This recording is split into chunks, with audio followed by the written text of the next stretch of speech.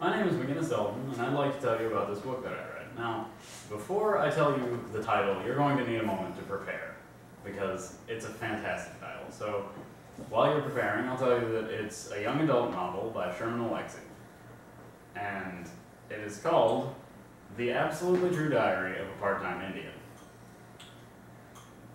Now, the main reason that I chose this book was because of the title. I looked through our reading list for this year, and I pointed to it and proudly said, that is the book I'm going to read. Alex Lakatos and Nicholas MacDonald also recommended the book to me, and they said that it was a very fun book, so I decided to read it. It's about a young boy who lives on a Spokane Indian reservation. He was born with hydrocephaly, or water on brain, as he calls it, and was left slightly brain damaged with poor vision, a lisp, and a stutter. He was constantly bullied on the reservation for his disabilities, and his only protection came from his best friend Rowdy, the toughest kid on the res. Rowdy was quick to anger, quicker to start a fight, and even quicker to end one. During the book, our main character, Arnold Spirit Jr., called Junior for short, has a mishap at school where he accidentally smashes a teacher in the face with a book and is suspended for several days. But instead of being mad, the teacher actually comes and visits him and tells him that this shows that he still has life in him, and the only way that he'll be able to keep that life is if he gets off of the reservation.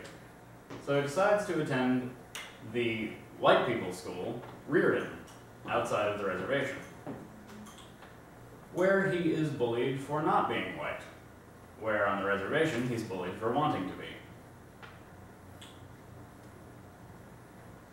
Arnold Spirit is a person with very little self-esteem, but he's very comical and he has a passion for art and just making fun of life. And he is the protagonist of the story.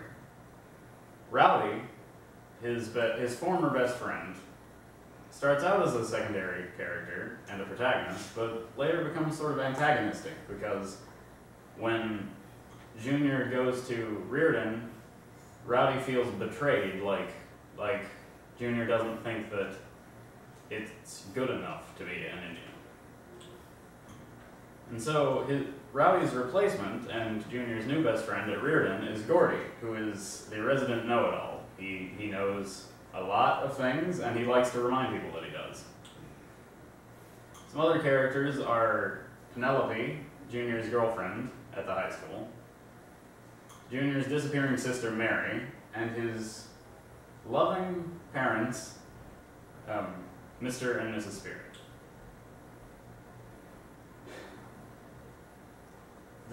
One of the main things that I loved about this book was the fact that there's no clear antagonist, and if there were to be an antagonist, it's really the setting of the story, the Spokane Indian Reservation.